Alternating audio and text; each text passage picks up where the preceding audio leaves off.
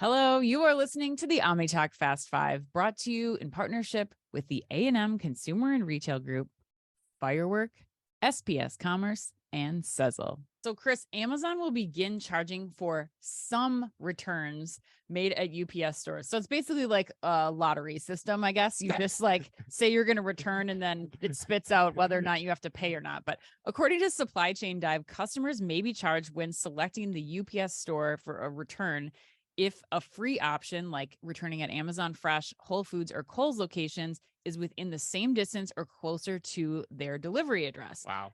Little additional information was provided, except Amazon spokesperson Steve Kelly had this to say, quote, "We always offer a free option for customers to return their item. If a customer would prefer to return their item at a UPS store where there is a free option closer to their delivery address, a small amount of customers may incur a $1 fee," end quote. Yeah.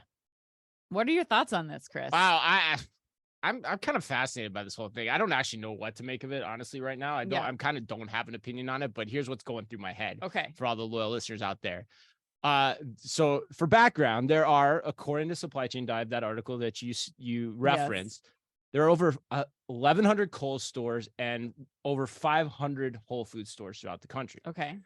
Which to me means more often than not, if people don't want to go to Kohl's or Whole Foods, they're going to pay the extra buck to take their return to UPS. For sure. You think so? Yeah. $1 is that's not enough of a friction point. Yeah, especially when that's your option.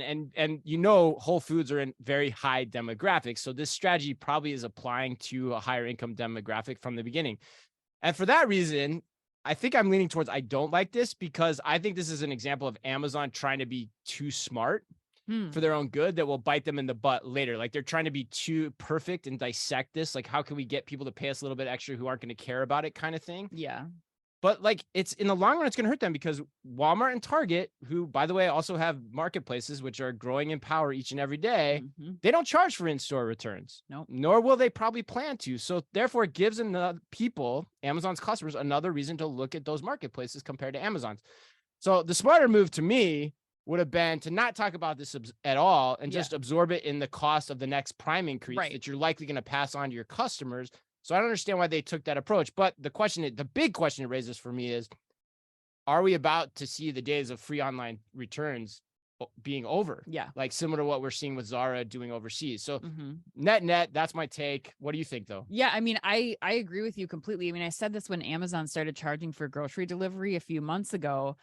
Once Amazon does that, they set the customer expectation. So I do think we're going to start to, if this kind of continues, and especially if Amazon, who knows what kind of revenue they're going to see from 150 million people who are Prime members now paying $1 every single time they return something, which is fairly frequently, I would imagine. But yeah, I think that opens the door for every other retailer at that point to say, we're going to charge for something. We're going to charge you for this, whether it's a nominal $1 fee or it's, $3, $5, like we're starting to see.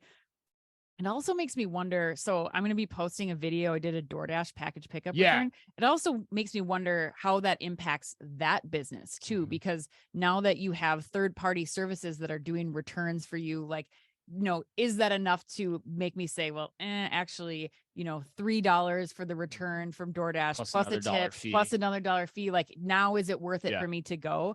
But it is not convenient to go to the Whole Foods and to the Kohl's locations. I mean, there's not enough grocery stores. There's not enough Kohl's stores to make it, for me personally, to like the hassle of parking in a busy parking lot at a Whole Foods or, a mall parking lot at a Kohl's to have to walk. Like, they're not convenient options. So I think in the long run, I think we're going to continue to see, more retailers do this, but a lot more friction from the customer's standpoint, who, to your point, would be much happier saying like, I'll just pay $10 more a year in Prime fee. Yeah, that's why I don't like this. Like, it puts it in the head of the customers. It gives your competitors an out, and Walmart's not going to do it because Walmart has the physical store advantage, which we've talked about before. So this doesn't make any sense to me. It makes a very compelling case for Target and for Walmart. Like, I think the theme of this podcast, I think we'll see, is more reasons to go to Walmart, and this could be one of them. Yeah, it just seems like a silly way to do this, in my opinion. All right.